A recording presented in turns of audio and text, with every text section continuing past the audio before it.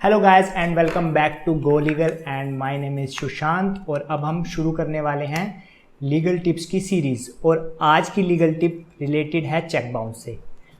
तो वीडियो शुरू करने से पहले मैं एक बैकग्राउंड क्रिएट करता हूँ, एक स्टोरी, जिससे आपको आगे समझ आएगा।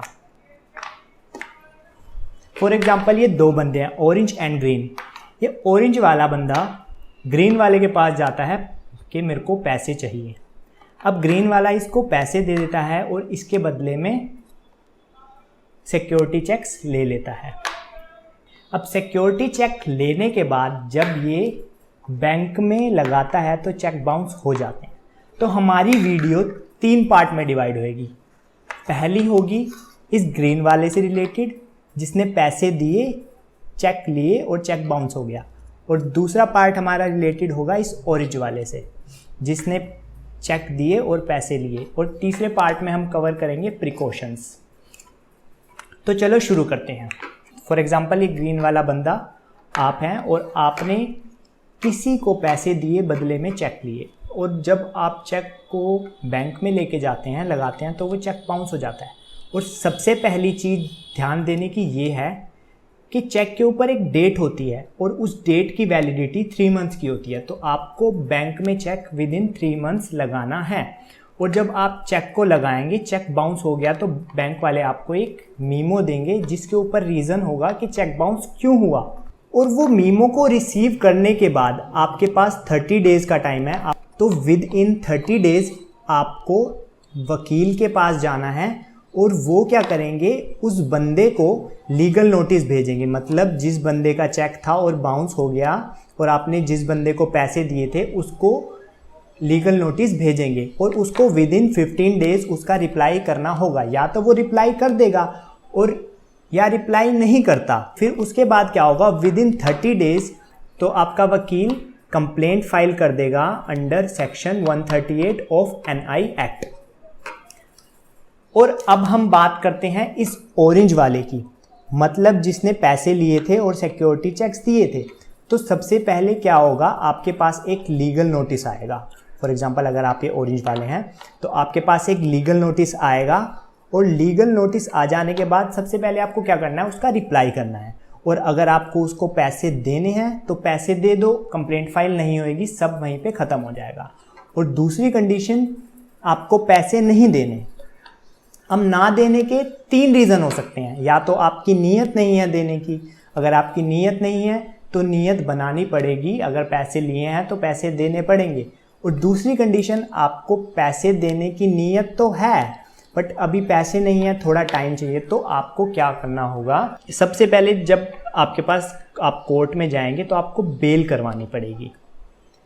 और बेल आपको सेम डे मिल जाएगी, क्योंकि जो ये कंप्लेंट है 138 NI एक्ट की, ये बेलेबल ऑफेंस है। तो इसमें आपको सेम डे बेल मिल जाएगी। बेल के बाद आपको क्या होगा, और अगर आपको टाइम चाहिए तो आपको रिक्वेस्ट करनी होगी मजिस्ट्रेट को। मजिस्ट्रेट मतलब जो वहाँ पे जज होंगे कि मेरे को टाइम दे दो। बट वो टाइम आपको दे देंगे।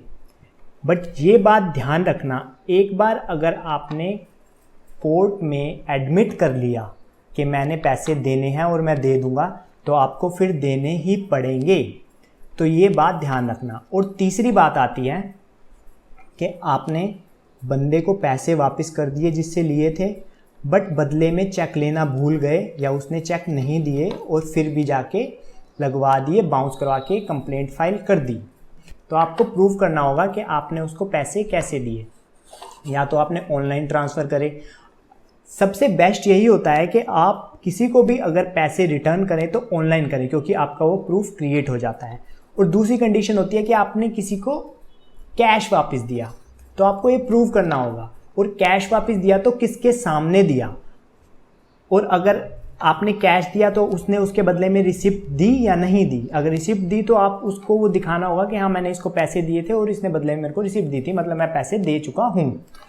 तो हमेशा ध्यान रखें, जब भी आप किसी को पैसे रिटर्न करते हैं कोशिश करें कि ऑनलाइन दें उसको पैसे। और दूसरी बात, अगर आप कैश देते हैं तो बदले में उससे रिसिप्ट लें या किसी एक थर्ड पर्सन के सामने पैसे उसको दें कि इन फ्यूचर अगर कुछ ऐसी सिचुएशन क्रिएट होती है तो वो बंदा आके अपनी witness as a witness court में आ सकता है और आपके फेवर में एविडेंस दे सकता है कि हाँ भाई मेरे सामने इसने पैसे दिए थे। तो ये बात आप ध्यान रखेंगे। तो अब हम बात करेंगे प्रिकॉशंस की। जब भी आप किसी से पैसे लें या पैसे दें तो एक एग्रीमेंट तैयार कर लें, और उस एग्रीमेंट में होगा क्या कि आपने किसको कितने पैसे दिए और बदले में कितने चेक्स लिए और उन चेक्स के नंबर, और अमाउंट आपने कितना अमाउंट दिया, कितने इंटरेस्ट पे दिया और कितने टाइम पीरियड के लिए दिया, मतलब कब तक वो बंदा आपको पैसे वापस कर देगा या आपने पैसे लिया तो आप उसको कब तक पैसे वापस कर देंगे। तो ये दोनों पार्टीज़ के लिए फेवरेबल होगा, बिकॉज इसके अंदर चेक नंबर ऑफ चेक्स भी आ जाएंगे और चेक नंबर भी आ जाएगा, तो इसके अंदर इतनी मैनिपुलेशन नहीं हो सकती। तो और एग्रीमेंट के अंदर क्या होगा, 2 विटनेसेस होंगे जो जब भी आप ये लेन देन कर रहे हैं तो ये किसी 2 विटनेस के सामने करेंगे और वो 2 विटनेस उस एग्रीमेंट के ऊपर साइन करेंगे कि इन फ्यूचर कभी भी डिस्प्यूट क्रिएट होता है तो कोर्ट में वो एग्रीमेंट को दिखा सकते हैं और वहाँ पे जिन विटनेस ने साइन करी है वो भी आकर अपनी एविडेंस दे देंगे। तो ये दोनों पार्टीज़ के लिए फेवरेबल रहता है। तो आगे से जब भी आप किसी से पैसे लें या दें तो ऐसा एक एग्रीमेंट तैयार कर लें। अगर अभी भी आपके दिमाग में कोई क्वेश्चन है तो आप कमेंट सेक्शन में जाके कमेंट कर सकते हैं या हमारे को इंस्टाग्राम पर मैसेज कर सकते हैं। हमारा इंस्टाग्राम हैंडल है @go.legal, या आप हमें मेल भी कर सकते हैं contactgolegal@gmail.com पर। तो अगर आपको ये वीडियो अच्छी लगी हो तो लाइक कर देना, चैनल को सब्सक्राइब कर देना।